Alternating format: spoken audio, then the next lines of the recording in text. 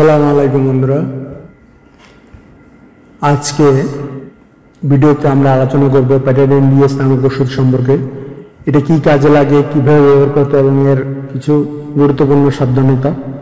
ওষুধ পরিচিতি: প্যাটাডিন ডিএস মূলত একটি অ্যান্টিহিস্টামিন ওষুধ। এর প্রধান উপাদান হলো ওলাপ্যাডিন হাইড্রোক্লোরাইড। এটি সাধারণত অ্যালার্জি জাতীয় সমস্যা নিয়ন্ত্রণে ব্যবহৃত হয়। এর প্রস্তুতকারক কোম্পানি হচ্ছে পপুলার ফার্মাসিউটিক্যালস লিমিটেড। এর জেনেরিক উপাদান হচ্ছে ওলাপ্যাডিন 0.2% আর এর মূল্য হচ্ছে 190 টাকা।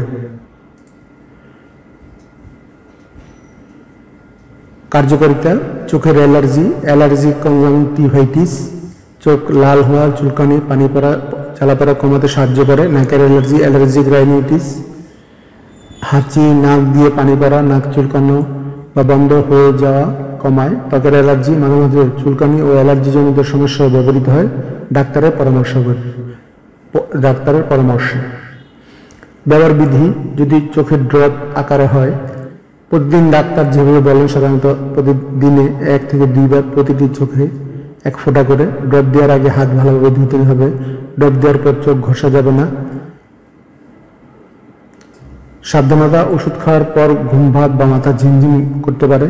গর্ভবতী বা স্তন্যদায়ী মায়েদের ক্ষেত্রে ডাক্তার পরামর্শ ছাড়া ব্যবহার করা যাবে না।